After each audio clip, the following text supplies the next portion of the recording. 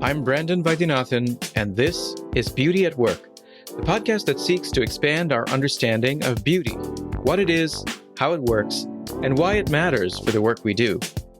This season of the podcast is sponsored by John Templeton Foundation and Templeton Religion Trust. Hey everyone, this is the second half of my discussion with Sherry Turkle and Robert Putnam held at the New York Encounter in February 2025. Please go check out the first part if you haven't already. Now let's get started.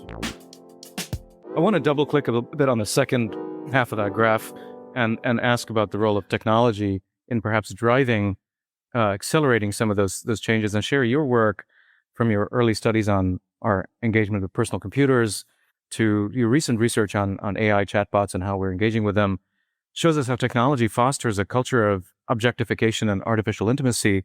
Can you say a little bit about what you found in your research and how it's driving our loneliness epidemic and perhaps some of the trends that Bob's research is finding?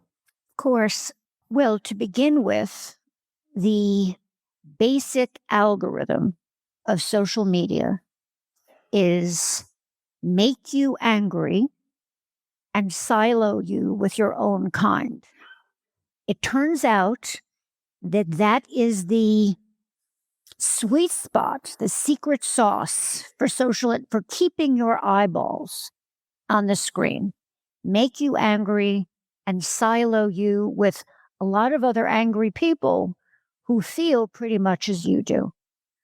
Now, if you're talking about the importance of conversation across difference, if you're talking about bridging divides, race, class, ethnicity, political persuasion, you need to be able to talk across divides and develop the habits and the practice of talking across divides, a practice that social media actively de-skills you at. So a lot of my work, really, as I look back on it over the past 20 years, kind of the precipitous fall in those graphs, has been, a culture that's been in the business of de-skilling itself in the practices that would be helpful for democracy, helpful for creating community, helpful for creating alliances. So I think that, if you kind of come away with one idea from what I've, from my work and from, my work is interviewing people in families and in communities. It's really been interviewing people about losing skills that older people think they once had, but aren't important to them anymore, or they feel that they don't need to practice anymore because, and this is be the second way I would answer your question, the catnip. Why would people do this to themselves? Why would people de-skill themselves in this way? Is that essentially these technologies offer lessening of vulnerability in a way that people found thrilling. People didn't know how much they wanted to avoid the vulnerability of face-to-face conversation until you could text, not talk, and not have to confront your daughter about something that came up, or your son or your partner, but just text them and then sort of see what happened. And if you didn't like the way the conversation was going, you could sort of drop out or flirt with somebody and not exactly declare yourself. And if you didn't sort of like the way things were going, you could sort of drop out. And so again, if I had to say the second message of my work as I've looked, back on it in order to address this question, is this profound sense of vulnerability. Their technology has been able to say, you don't need to have that. We can sort of do a workaround. And I had a very interesting experience only about 2 months ago where I met the CEO of a big tech company. I would say, one of the tech companies I love to hate, that would be kind of a fair. And she said to me, we have T-shirts with your slogan on it. We use your work to motivate our people. And I couldn't imagine what she could have meant. And the slogan that they use on T-shirts at this company is technological affordance meets human vulnerability. In other words, if people are vulnerable, create a technology like a chatbot that says you don't have to be vulnerable. You don't have to talk to a real person. You can talk to a chatbot. So again, what technology does, I mean, I think that I'm thinking of making my own t-shirt. Technology should not be there to meet our vulnerabilities and to say you don't have to be human. In my view, technology should be there to assess our vulnerabilities and try to reskill us to be companions, friends, neighbors, mothers, lovers, brothers, etc. So that was my second thought.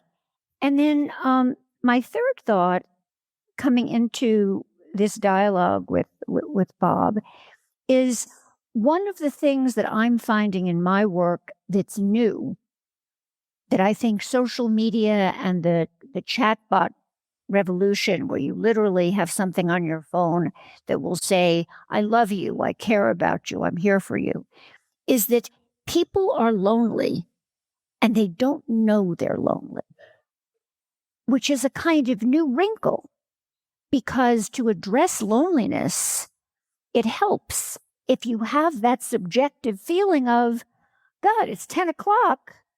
Where are my people? Now it's 10 o'clock and I have my avatar, I have my chatbot, I have my Facebook, I have my TikTok. The experience of loneliness is experienced differently.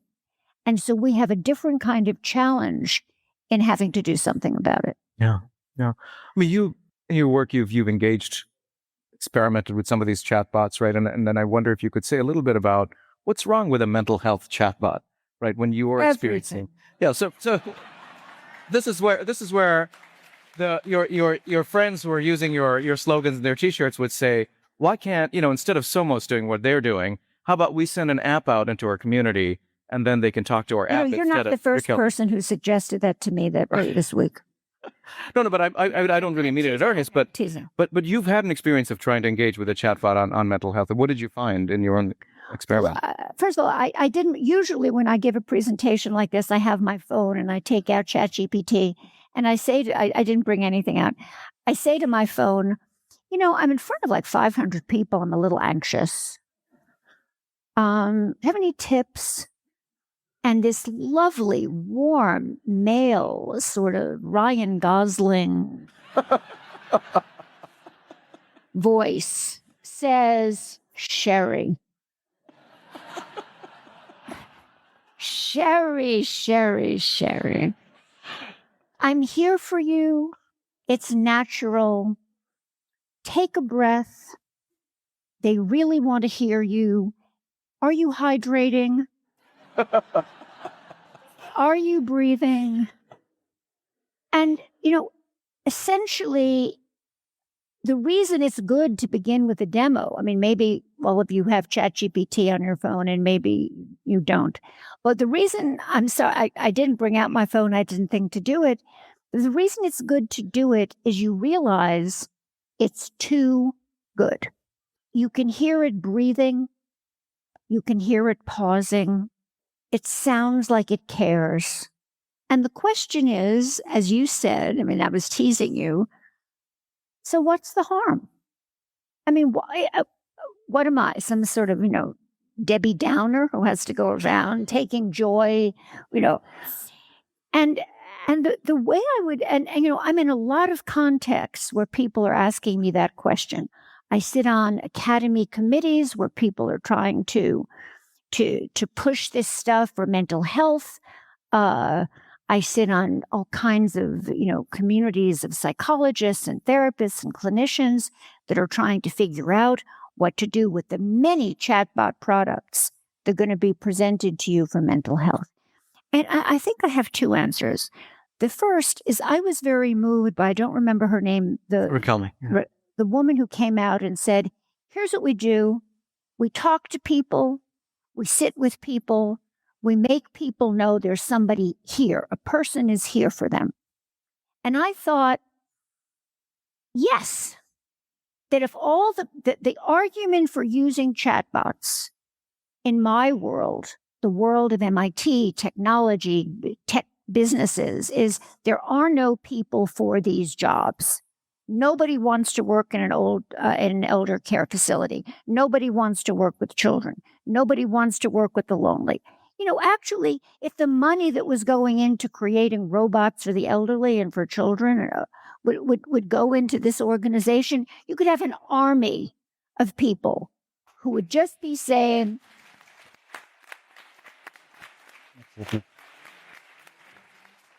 who wouldn't be saying a lot, who would just be saying, you're not alone.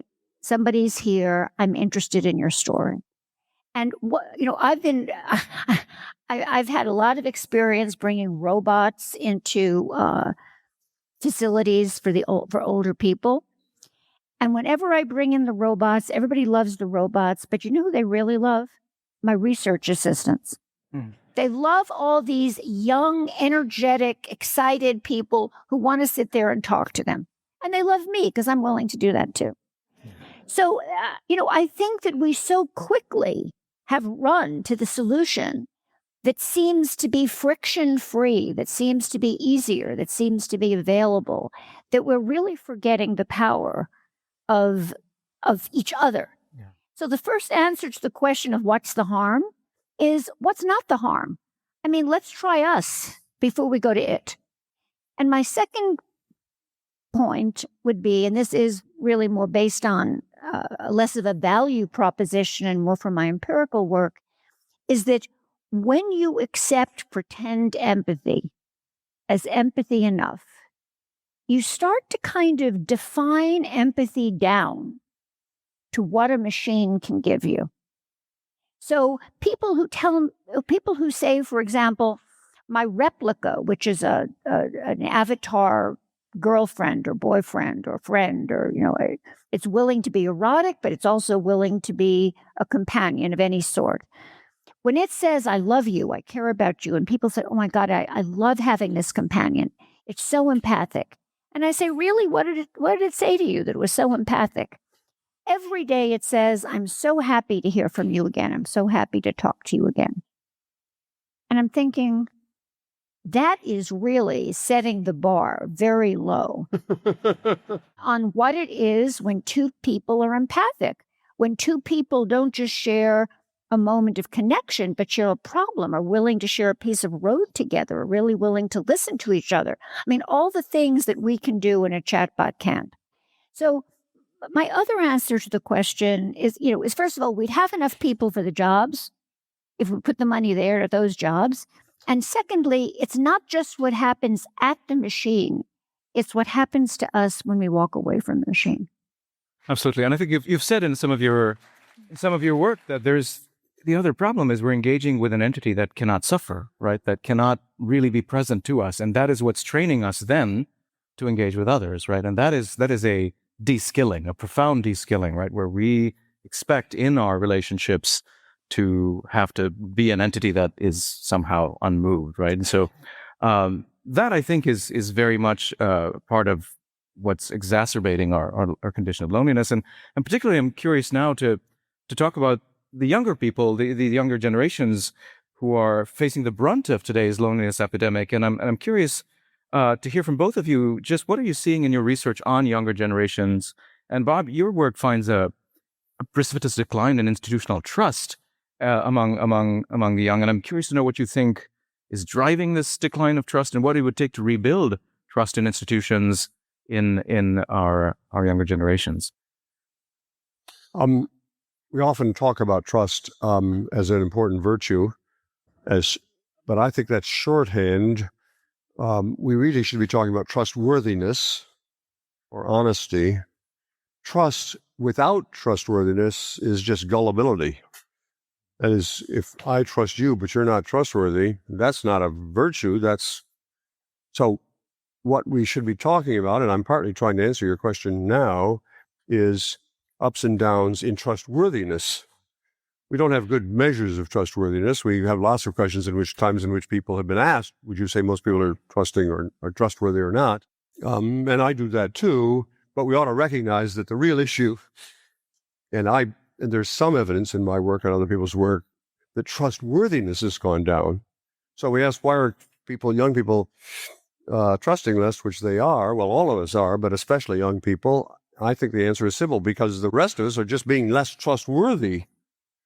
And, you can then ask, well, where does that come from? But that becomes sort of a moral question, actually. It's why did we all stop being nice to other people? That's, I think, the fundamental question.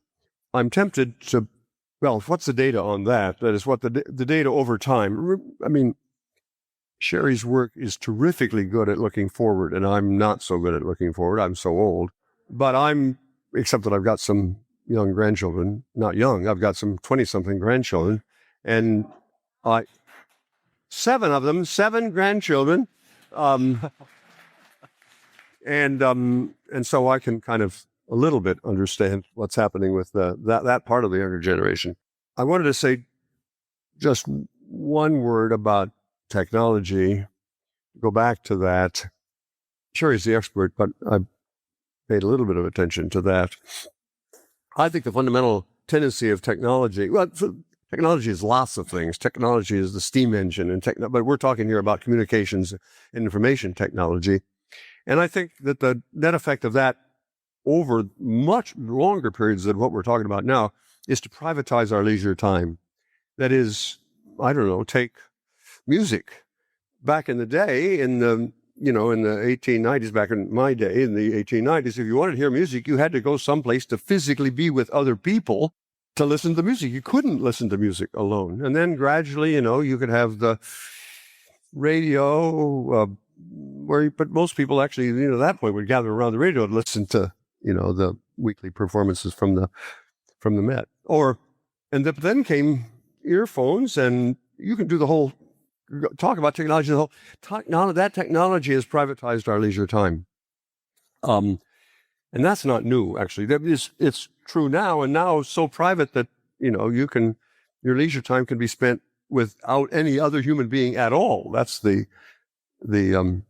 AI part that we're talking about here. I think it's somewhat misleading to talk about ways of communication and our connections as if we had real and we had electronic networks. So stick with me for a minute, because I think this may be helpful to the time we have left here.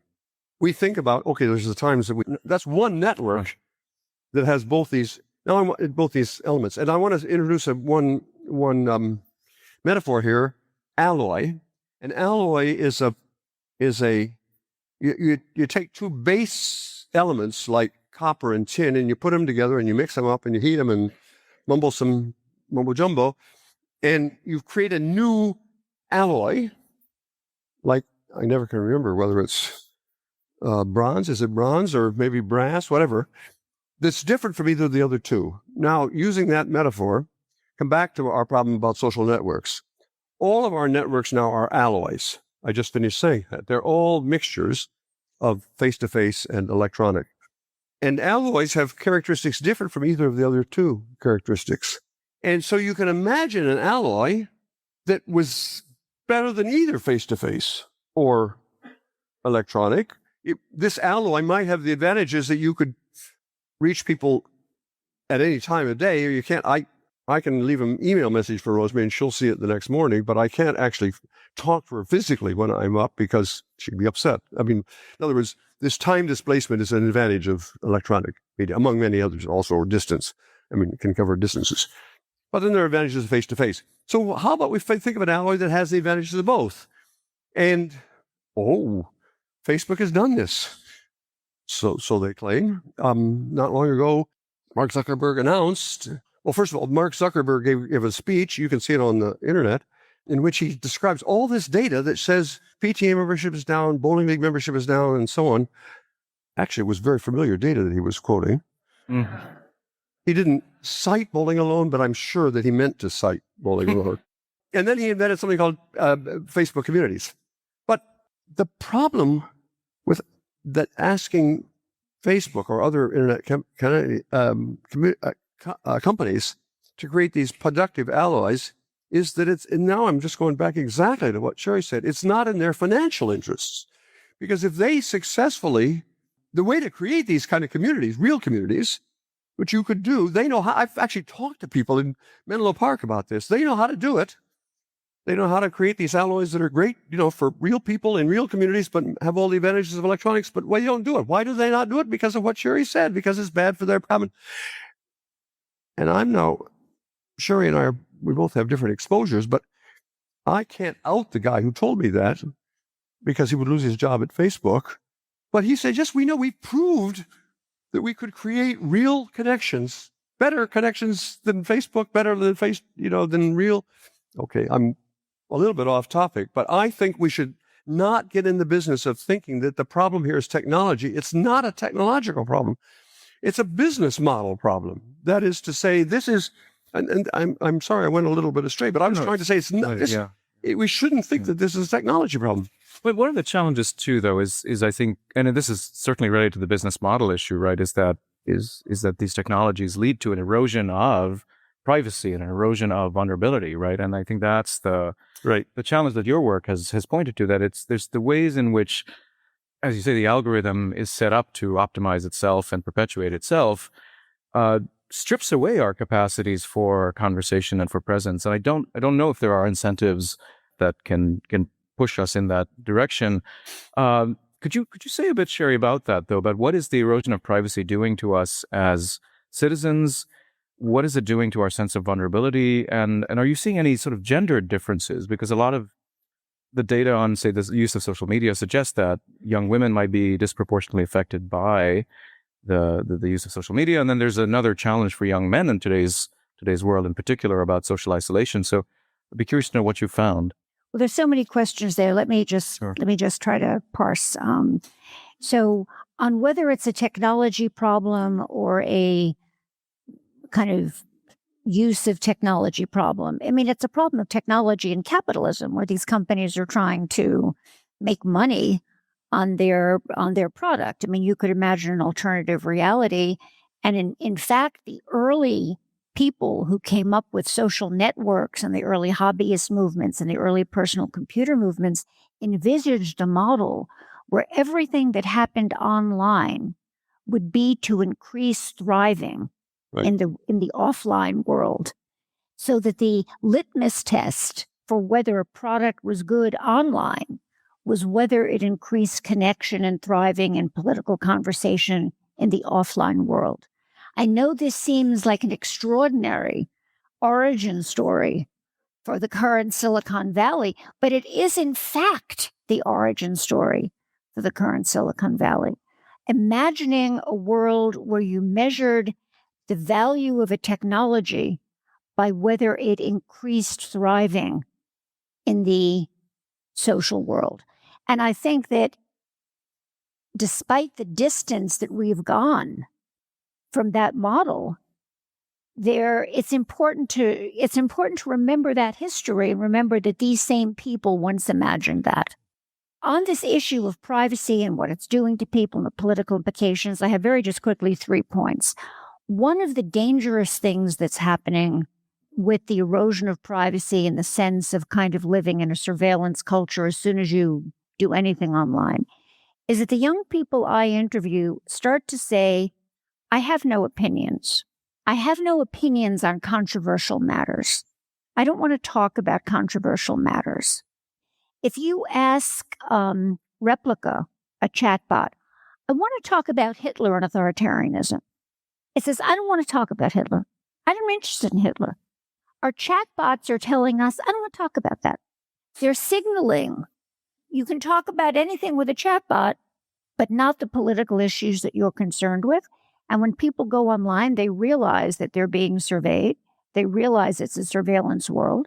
And they start to say, I really don't want to be thinking about politics.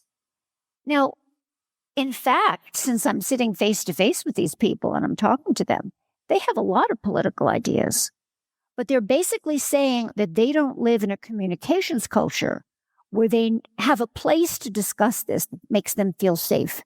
It's the opposite of the image idealized, of course, of Hyde Park Speaker's Corner, where you could get up and say anything, and how important that was for democracy. So I just want to say that this kind of, Michel Foucault would have a field day with where we are now, that we've created an information culture that makes people feel it's a good thing not to have opinions that you want to express. So this is, to me, that's very important and very dangerous, because also in preparation for today, one of the things that Bob and I have in common is a great interest in Hannah Arendt and the importance of her as a thinker. And I was reading Arendt on the importance of having political opinions and the importance of having opinions. And it's in time of historical crisis that thinking ceases to be a marginal affair, because by undermining all established criteria and values, it prepares the individual to judge for him or herself instead of being carried away by the actions and opinions of the majority. And I think that this powerful statement of the importance of thinking as a political statement, I am thinking, I have an opinion, I am reading, I am thinking, I'm coming up with stuff. I think that, she points us to the importance of this and how fragile that is in our world. And then I would conclude by saying that one of the things that I think that we're seeing now, when pretend empathy is empathy enough, when everything is, is it behaving as though it's intelligent? Oh, it must be intelligent. Is it behaving as though it's a therapist? Oh, it must be a therapist. Is a kind of new behaviorism that we're being taught by these machines that is taking away our interest and our capacity to think about the inner life as really what our interactions are supposed to be doing. And I'll give just an example of people who, for example, create an avatar of someone who's dead, upload all their letters, upload all their texts, their pictures, their writings, and then in perpetuity can have a conversation as though that person was still alive. Very hyped, very big business. It's going to be giant. And I've been working on this and interviewing people and thinking about it. The question is, does that stop the process of mourning, that inner process of bringing this lost person inside of you so that you become more and deeper and now bring inside this loved person to your inner process?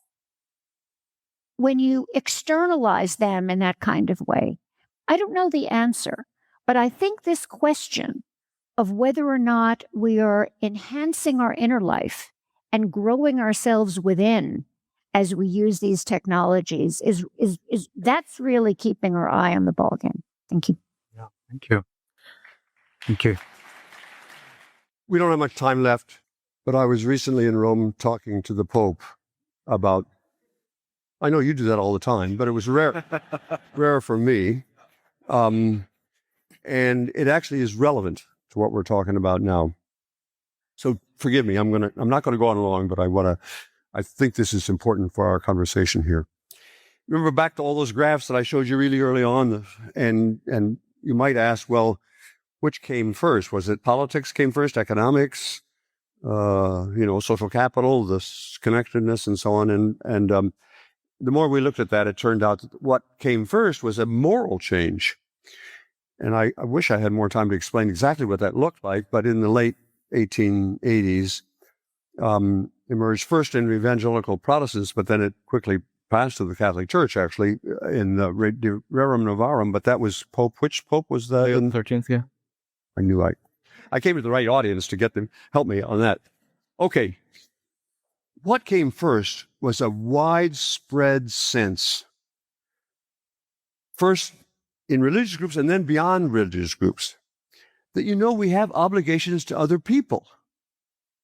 A moral reawakening happened at the turn. That's what caused all these other things to begin to move in the right direction. Are you with me? Remember, we were in terrible shape, and then we began to move in a little better shape. Remember those graphs of moving in a little better shape?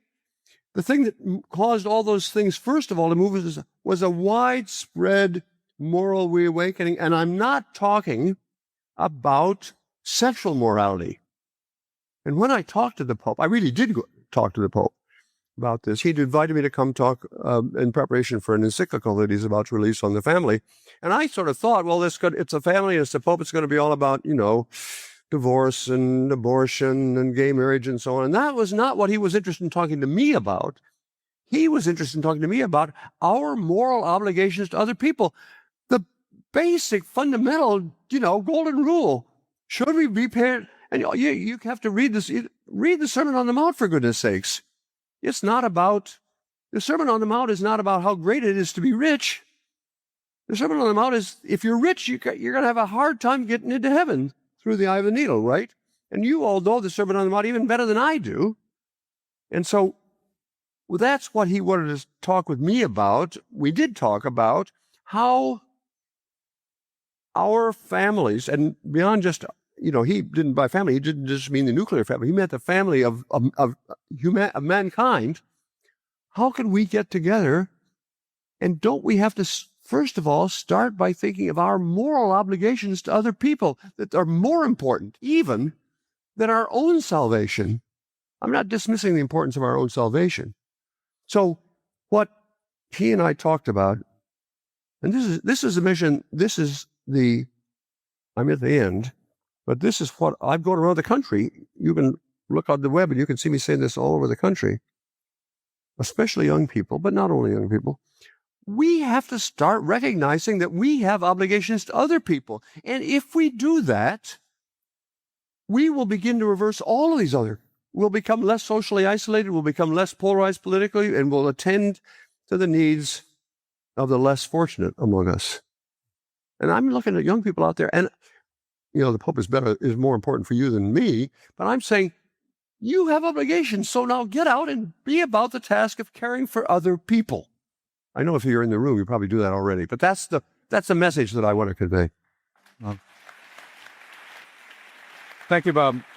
I know we're over time, but I need you both to leave us with a sign of hope, especially because yesterday I was in a long conversation with a young man who came up to me and said to me, in effect, that I don't see any future for people like me in this country. And so even though many of us here are embedded in communities of faith and are in rich friendships, there are people who are isolated and lonely and alone. And I wonder if you might be able to offer us, each of you, perhaps one example of something, either an initiative or something that gives you hope, and one concrete action we can take moving forward that can perhaps pull us out of this crisis. And so perhaps Sherry, I'll ask you. I really like the introduction.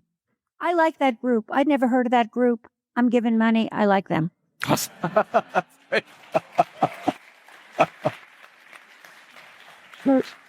Bob, either one group or one action that you would recommend concretely to move us forward towards. There are many examples of problems that we can't solve alone. We can only solve with other people.